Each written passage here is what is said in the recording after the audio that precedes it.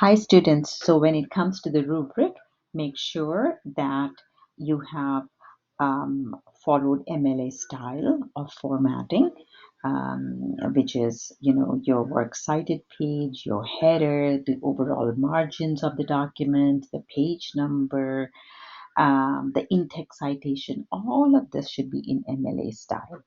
Okay, you can always go to Purdue OWL, that is owl.org, purdueowl.edu, and you can find information over there. So it's something 103 students already know, but I'm just kind of reminding you because once in a while I still get papers which are not at all formatted in MLA style. So it's really important to do that in this discipline.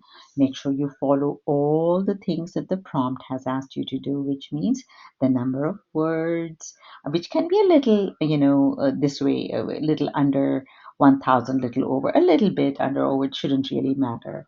But in general, you do follow the prompt. Okay, then let's get to the introduction. Make it very, very important. This is a response essay that you're doing, so make sure that you summarize the conversation that's happening between the two authors, that is Addison and Pearlstein, and create that context, bring about a transition to say what you want to say, the piece you're going to add to this conversation, and what you say, your opinion, is going to be that very strong thesis statement. I cannot emphasize that enough. Once you create a very, very strong thesis statement, your essay will practically, not really, but practically write itself. So do pay attention to that. Body of the essay, wow, this is the heart of the paper. It should contain all the explanations, like what are you trying to say, your evidence, what you're trying to prove. Keep referring back to your thesis statement, keep proving it, keep your reader's mind focused on it. Give them examples, give them, proofs. You can quote authorities. You can do many things, really, as you already know, when it comes to proving what you want to say.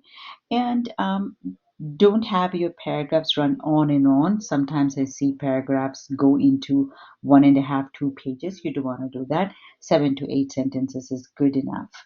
Okay, very likely your essay will have more than 3 paragraphs. It's always good to do that because now we are writing longer arguments, right? As we go to English 103 and beyond.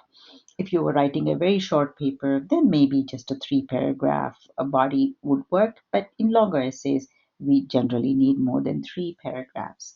Okay, make sure you have counter argument and refutation. Guess, speculate, think about who might, go against your thesis, who might say, well, this is not right, or who might oppose what you're saying.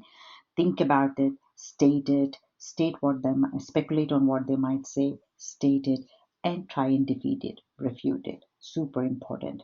Next, clarity, originality, grammar, and punctuation. Very, very important. Your sentences should convey the intended meaning without ambiguity. It should be very clear to the reader. Originality, the essay makes an effort to add to the conversation, right? It's very original. They put their own 2 cents into the conversation, and you're not simply rehashing some author's ideas, you're adding to that conversation. Then the written language, the grammar has minimum sentence related errors. The meaning of the sentence should come across very clearly. The sentence structure should be grammatically correct, as much as you can do. I know, even I make a lot of errors, so some amount of errors are just normal, but you don't want to do too many of those. Punctuation such as comma, period, semicolon, colon, all of these should be used in a way that they enhance the meaning of your sentences and don't cause confusion. When it comes to grammar, avoid comma splices, run-on sentences, and fragments. That is it. Thank you.